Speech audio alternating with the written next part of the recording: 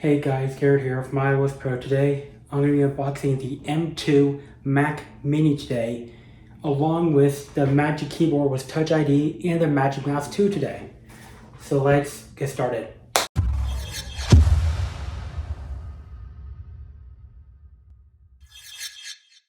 Alright guys, so the M2 Mac Mini comes in two configurations. The M2 ships standard, which I have here, and then the M2 Pro.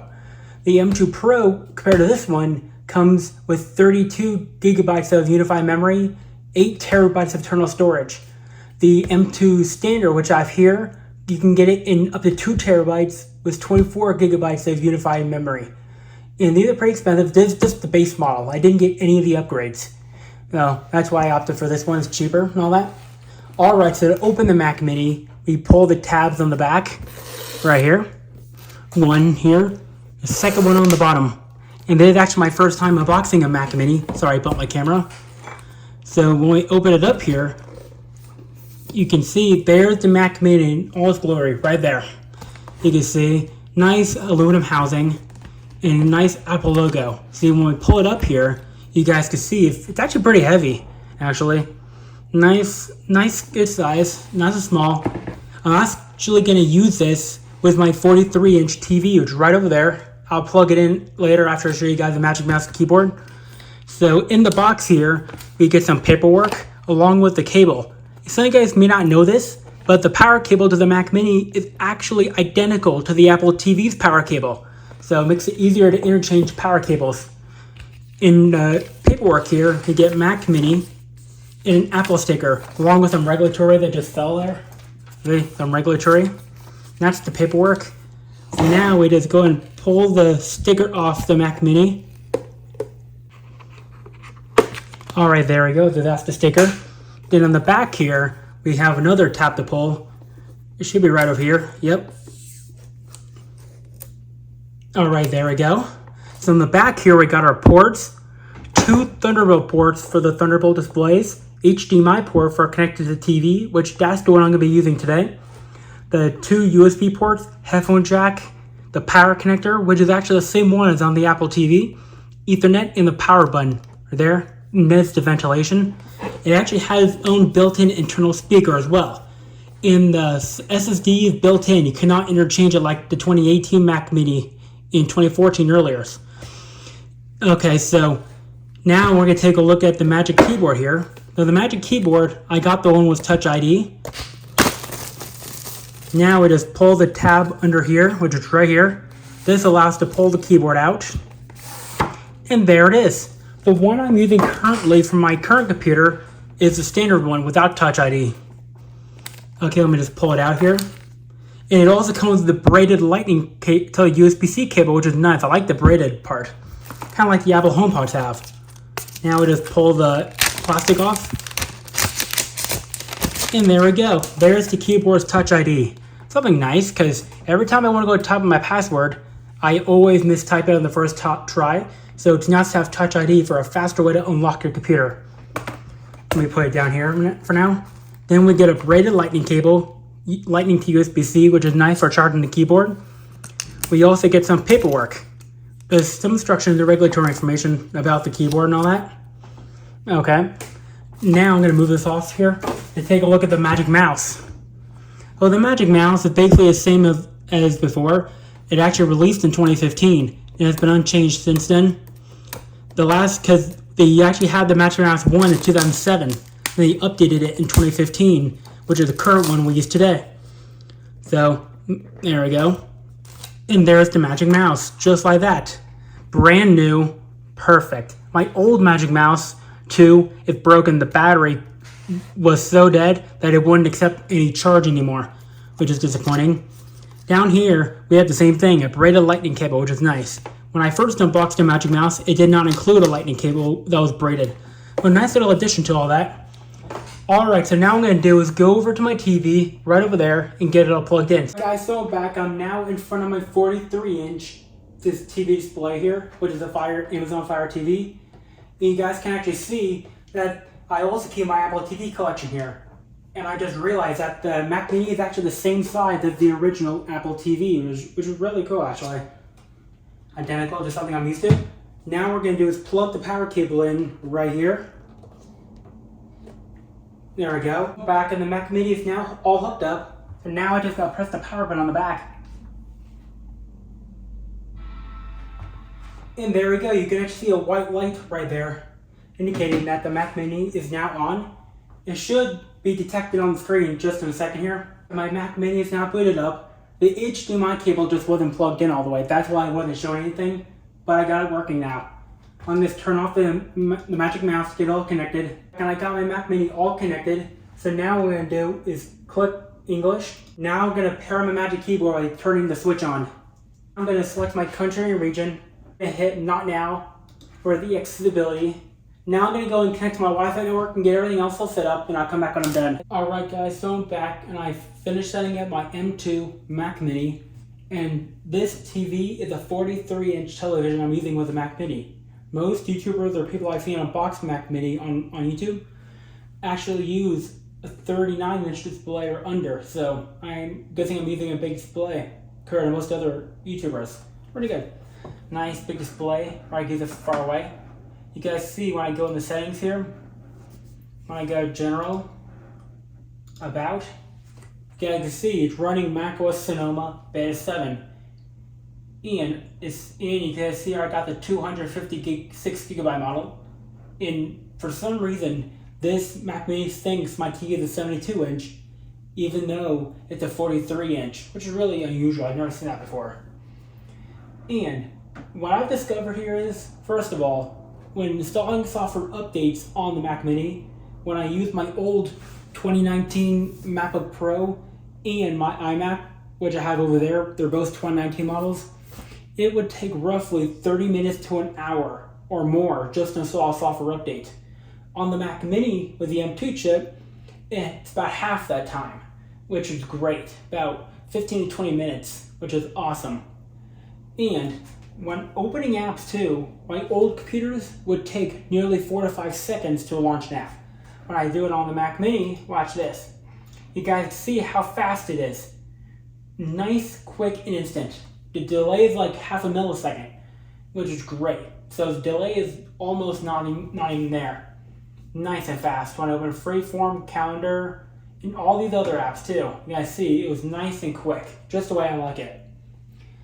And the only downsides I have with this Mac Mini is that I'll have to get my own wired USB camera to plug into the Mac Mini, put it on top of the TV to use FaceTime and other stuff like that. And same thing for the microphone. I have to get a USB microphone as well to plug into the Mac Mini, because the Mac Mini has no built-in camera or microphone, which is a downside. I also tried to see the iPhone's continuity feature where you can use your phone's camera as a Mac's camera, and it just did not connect. I actually tried it. I actually got the pop-up to happen, but it just refused to connect. That's all. So wired camera is my only option here. And while using Touch ID on this keyboard, when I first set the Touch ID sensor up, it worked no problem. But then for some weird reason, I'm not sure why, I've never seen this before, but the Touch ID just turned off, point where I was forced to use my password, which is a real big downside there. I can still use the computer no issues, but the fast, easy methods just don't work. Very downside, but overall still a great computer. Nice, fast as well. This is only $650, so really affordable. And I would say, yes, you should guys buy the Mac Mini, something affordable. And I already ran the Geekbench here. You guys can see that the score is a little bit higher than the Intel-based Macs, just a bit higher. So the Intel-based Macs would hit 4,200 in 20,000. This one hit 6,600 in 27,000, which is a bit higher. Nothing dramatic, a big difference. And I want to show you guys what the built-in speaker sounds like. So I pulled up a video from my channel, and see when I play it. On screen, you guys can now see instead of having 4 options for photo filters, we now have 10. So a whole lot more to choose from. So the speaker is not great or terrible, it's just right. You know what I mean? So I understand that some people say the built-in speaker sounds terrible, which I agree with, but as long as I can still listen to my audio, music, and other stuff like that, then I can withstand it. No problem. So overall, this Mac Mini is a great upgrade. I also attached the Apple SuperDrive disk reader here. So basically, I actually had to provide my own disk drive, like a disk reader for CDs and discs to be read in the Mac. You can actually get this for like $79 directly from Apple. It's a nice little add-on for the computers, because these Mac Minis used to have a disk drive built in. Around mid-2010, 2011, Apple discontinued the disk drive for the Mac Mini and left it with the model we have today. That's all. Alright, so that is the Mac Mini unboxing. I also want to show you guys, this thing also runs iPhone apps here. So I actually installed SolarWalk 2, one of my favorite apps I use a lot. So it's basically a space application where you can view planets, solar system, and look more info about everything. It's really nice to have. Let me just get out of this view. So the only downside is I can't zoom out like with a mouse. I actually do have a Magic Trackpad, but I'm using it on my old computer right now. What I like about the continuity features is, let me get my iPad here so I can show you guys this. Give me a sec. Well, on the iPads, this thing actually has a nice feature where I can actually use my iPad to control my Mac Mini. It's the universal control feature, which means I can use my Mac Mini's mouse keyboard to control my iPad and both of my 2019 iMacs. I control all my computers and my iPad with just one mouse and keyboard, which is great. So in case my other computer's Magic Mouse and keyboard dies on me, I can use the universal control handoff to control everything else, which is great. Alright, so that is the Mac Mini unboxing today. So great upgrade, great affordable computer and everything. So I recommend checking it out. But still, I actually like the laptops as well. I'm going to upgrade to the M2 laptop, MacBook Pro as well later on. So this is a good start for now, but I'll still get the upgraded MacBook Pro later on. So after 3 to 4 hours of using the M2 Mac Mini, what I can say is it has worked better than I first thought. At first I thought it was just an iMac inside the small housing, but the M2 processor has impressed me more than I first expected. Like in the boot up times. Like I didn't expect the computer to boot up like instantly, but it did. When I compared it to my 2019 iMac over there, it actually booted in like 30 seconds, my old computer. The new M2 Mac Mini booted up in 1 to 2 seconds, like near instant, which is very impressive. Because I have never seen a computer boot up instantly like that before. I don't know about the M1 Mac Mini boot up time, but I do know the M2 boots up much faster than the Intel-based Macs, 100%. Second thing is, I was finally able to get Touch ID to work. Unfortunately, I have to restart my computer every single time I want to get Touch ID to work again. Quite annoying actually, but I can still live with that. The other thing, I was finally able to get the continuity feature for this Mac to work, like using my iPhone as my camera. It only works while connected to a wire. I don't know why, but it just does that. So I'm going to open QuickTime Player here, hit new movie recording. And now you guys can see, I'm now using my iPhone 13 Pro Max as my continuity camera. Sorry, it's very hard for me to know where I am when I have the camera facing toward me like this, using the rear cameras. But you guys see it looks really good. I think using the phone's camera is better on a Mac than it is using the built-in cameras on the Macs, 100%. Just better lighting and stuff like that, overall perfect.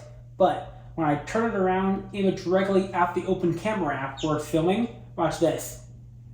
You guys can see it creates the infinite window illusion, one of my favorite illusions of all times. I'm not sure why that happens when I do this. I can never figure out the real reason why it actually does that every time I aim my camera toward my open camera app on the display. I'm not sure why it does that though. I'll turn that off now. Bit trippy. Now, overall, it also uses my AirPods that I have in right now and my phone as a microphone as well. Awesome. The other thing is that the keyboards have a slight design difference as well. I forgot to mention this.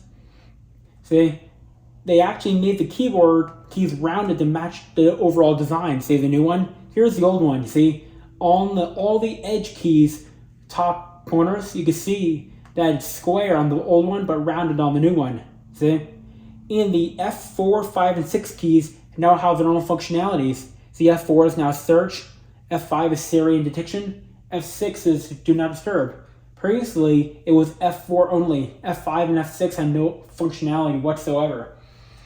So overall, I recommend you guys trying out the Mac Mini M2, like in the Apple Store before you buy one. That's what I did to make my final decision if I want to get one or not. And yes, you guys should get a Mac Mini M2 standard model. So I'm not going to be using this Mac Mini for hardcore work tasks like major editing and all that. This is just for basic tasks, for like looking things up and stuff like that. My basic computer. That's why I got the base model instead. So, yes, you should buy one. And overall, this computer is a 10 out of 10. And I have realized that the one spot the speaker sounds best at is when playing radio stations on Apple Music. That's where the speaker sounds the best at, 100%. Alright, so that's pretty much it for this video. If you liked the video, give it a thumbs up. Peace out.